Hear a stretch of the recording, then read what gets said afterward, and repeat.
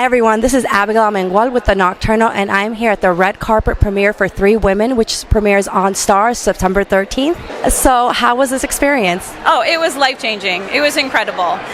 It was my first time show running, and I couldn't have wished for a more beautiful, deep, incredible, transformative experience or piece of work to have the opportunity to work on, yeah. Tell me, what was your favorite part to film, or what is your favorite part that you're excited to see come on the screen? There's so much. I mean, our cast is incredible. So every day on set was a joy. I think one of the really special things is the character of Maggie went to Hawaii and had a sort of a love story there, and we were able to go to Hawaii. And her story's set in North Dakota, and then suddenly you're in this unbelievable landscape of Hawaii, and I think it's really surprising and so gorgeous. And that was one of my favorite parts to film, because we actually got to go there, and then I think visually and experientially when you watch the show, it's really transports you to this different place, and I'm excited for people to experience that. That would be my favorite part too, going to Hawaii. Great, it was pretty great. So what's the message you really want the audience to receive? Well, it's 4 female leads that are telling 4 really different stories, and for me, I hope that everybody will recognize a part of themselves in one of the characters and really feel less alone. Yes. If there's something that she's keeping to herself or not being brave about voicing, about a want or a desire in the world, I'm hoping that it emboldens people to speak out more about what they want and go after it. First, tell us a little bit about Will, and how would you describe him? Will's kind of like I don't know. I've never thought about this before, but it's kind of like a modern day pirate, right? I mean, he lives on a boat. He's hard to nail down. He kind of coasts from town to town, picks up different work. When our story picks up, he's kind of a stranger to the area. He's just come in to help his grandfather. And so, yeah, he's a bit of a vagabond, but I think he's a guy with a good heart. And I think it's pretty clear from the beginning, but even people with good hearts can get wrapped up in choices that have serious repercussions, especially when it involves falling in love with a woman. So, yeah. Or multiple women. Different types of love for different women, yeah. What was your favorite part of filming? So much. I mean, the people involved were incredible. I mean, our directors were all women, and they were incredible. Having Lisa here, who's, the writer and everything, she was great to have around. The characters she created for DeWanda and Shailene and Betty and all the girls, it's just really rich character work. So seeing those talented actresses, I mean, all that was great. You can't beat the crew we had there. Yeah. But the locations were amazing too. We were shooting a lot in the Hamptons to double for Martha's Vineyard.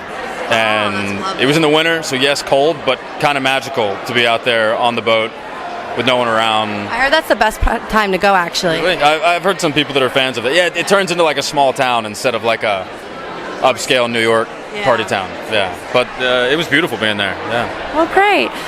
What is the message you would like the audience to receive? I think there's a lot of messages because there's 3 different stories. Yes. And maybe at least mine and potentially the others as well. I think it shows that even though a choice or your actions within a relationship might seem fun at the time and spicy, sexy, if you will, there always can be a downside. There's a yin and yang to everything, and when it comes to relationships, I think you really have to examine what the toll is going to be when you make certain choices. But it's also complicated, and hopefully we show how complicated that is. So you play Lily, of course, and Lily's going through a lot. Yeah. How would you describe Lily? She really likes clogs. I don't know. I think if she were cooking, she'd be making like a quinoa-based kale meal. I think that she's probably pretty insecure, but in a way that drives her to do fun, crazy things. Maybe a little bit of a nightmare. Yeah. So like a box of fun. Just a box of fun, yeah. So you play Barbara. So what can you tell us about your character? So Barbara is one of the women who's in the collective with Betty Gilpin's character Lina. So she's from the Midwest. She's very shy. She's like newly engaged, but wondering if this is going to be the life that she is cut out for. She's really anxious about like being a wife and how to fit that into her life and how to not cut herself off at the quick. So like being in this collective of women is really intimidating for her and exciting, and she's kind of just contending with patriarchy on the daily becoming what she's signed up for versus something she wants to, you know, cut tail and run from. Tell us about the project. What made you excited to jump on board? No, I feel bad because I feel like if you watch all these videos, I'm going to be saying the exact same thing every time. I'm sorry. And no, it's not your fault. We're all asking I the same just don't question. have that much, you know, interesting information. I think that this is, whether people like it or not, you know, there'll be a variety of opinions on it, an essential narrative to get out there. I think that the feminine narrative is sorely lacking in the world and in this country. Yes. And I think we need to start talking about all the, I don't know where we are, all the stuff we're not talking about. I would, you know, we see enough commercials for I Can't Get It Up. I think we can see commercials about periods, and, you know, I think it's time to start living the narrative, the feminine narrative, and living it and knowing it, and stop hiding shit. So to be a part of something that is sort of, it's feminine run, it's all female run, and to be at the, you know, to be there involved with something that is pushing that narrative to say, hey, look, you haven't paid attention to us for centuries, for all of human history. We've been sitting here and we're a lot stronger than you, so start paying attention is a wonderful thing to be. Oh my God, I love that. You know, yeah, it's been great. It's been really, really great. How was that experience? It was a beautiful experience. She is a fierce actress. You know, the thing I love most about her is her fearlessness. And she just said, I like it dirty. Ooh. So I don't know which way I'm going to go. And I'm like, that's awesome. I like that. That brings a whole nother level of life to it. So I'm going to ride with you. We going to dance. And we did with an incredibly sensitive subject matter. Yes. And I'm glad that we're tackling it, especially now, you know. Absolutely. In this social media age, kids are accelerating, they're growing up faster, than they should. But they don't have the infrastructure and the understanding of how deep it is. And believe it or not, the manipulation can be even worse because they have a false sense of agency. Yes. So it was just wonderful to be able to play this role of a detective who wasn't misogynist, you know, and wasn't like a boys' locker room kind of guy, and he had the level of sensitivity necessary to help her feel comfortable opening up, and kind of held her hand, if you will, through the process. And I really appreciate that, and I hope it inspires law enforcement officers to really step up their game and come with that vulnerability and come with that true listening ear and non-judgment. Well, you answered my next question, which was going to be how would you describe your character, but you did it so beautifully. So what's the message you want the audience to receive? I want young people, male and female, to recognize that be brave. Step up. Yes. Say what it is. And I want law enforcement to be there. Outstretched hands. Come on. Sit. Take your time. Find it. Trust me. I'm here. Now, if we can do that, we're going to end up with a better society. New York Times best-selling author. How does that feel? You know, it feels good. It's good. It's good. And it turns into a show, a very great show. And how was that? It was, you know, it was a lot, but it one of the things that I wanted from the start was to make sure that the truth of the women and the sort of the rawness of it was maintained. Yes. And I wanted women to feel seen by watching it as much as the people who had read it had felt. I just wanted each person, is my sincere hope that everybody of any gender who watches it sees themselves in 1, 2, 3, or all 4 of the women or any of the other characters. I think that's the goal, is being able to put yourself into someone else's shoes so that you can empathize with them. What is your favorite part? Maybe your favorite character? What's your favorite part of the series?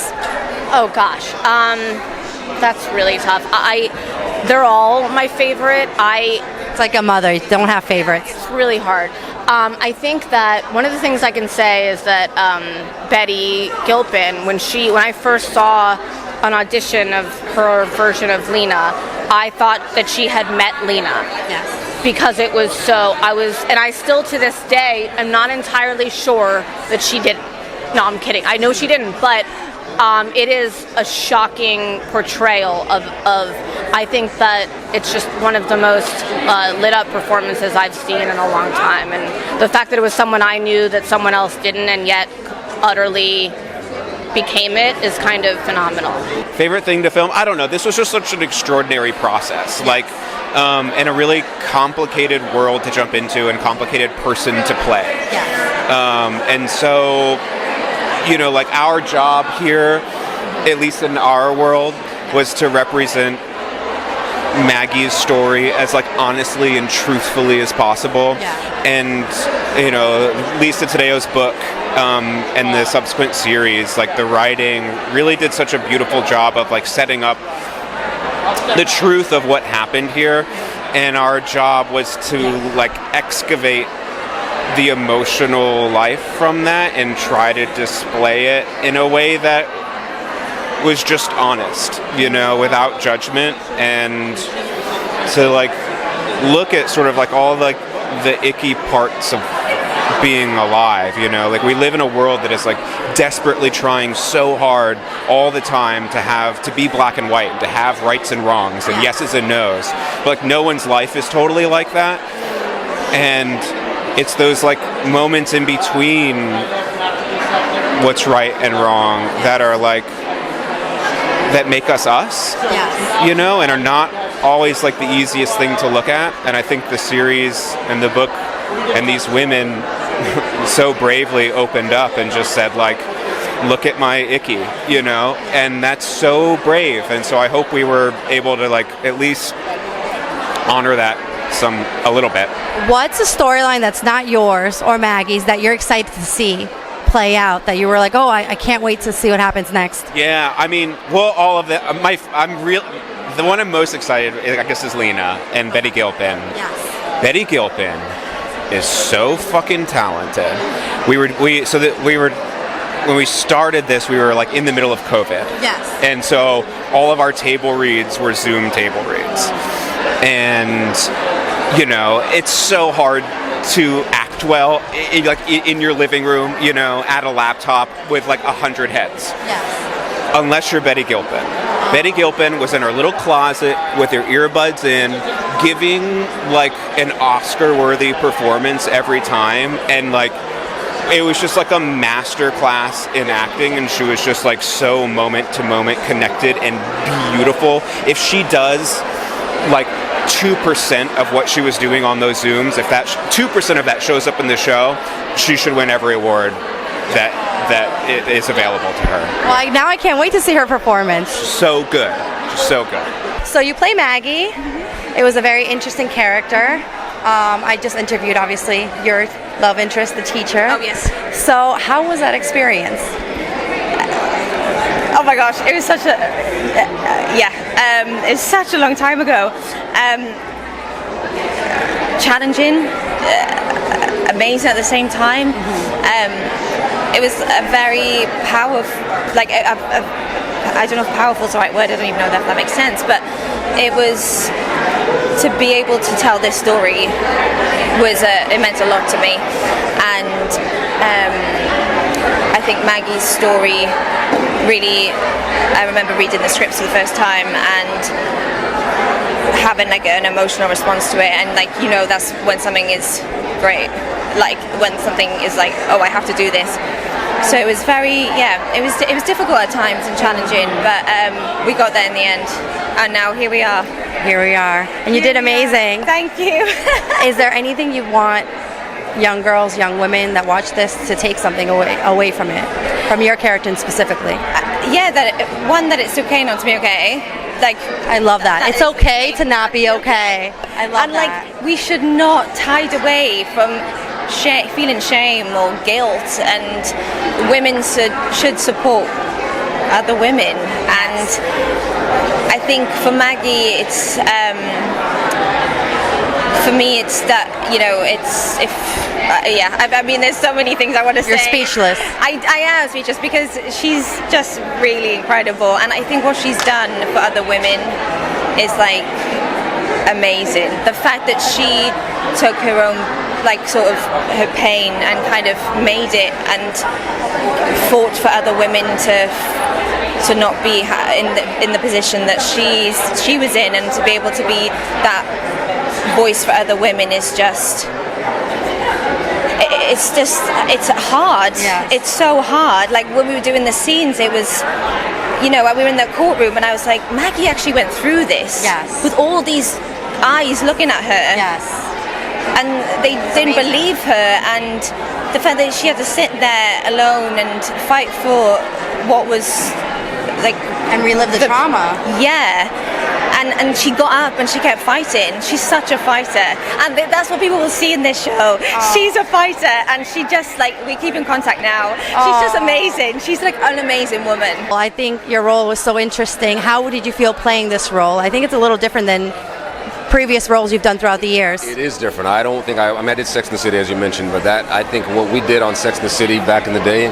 I saw you on Medea's Family Reunion. And then I saw you in Sex and the City when I was older. Oh, wow. Playing grip ball. Yeah, that's grit ball. That was I learned that at 13. I knew. Yeah. If any man does me wrong, Do that. Yep. Do that. You got it. But yeah, no, it's just, you know, the idea of doing something different that I hadn't really done, you know, and that this kind of relationship, the expression of that kind of relationship, the openness of intimacy in that kind of relationship, I really haven't done. I had not done before, so, you know, those are the kind of things you consider if you're going to say yes or not. And what made me say yes was the production team.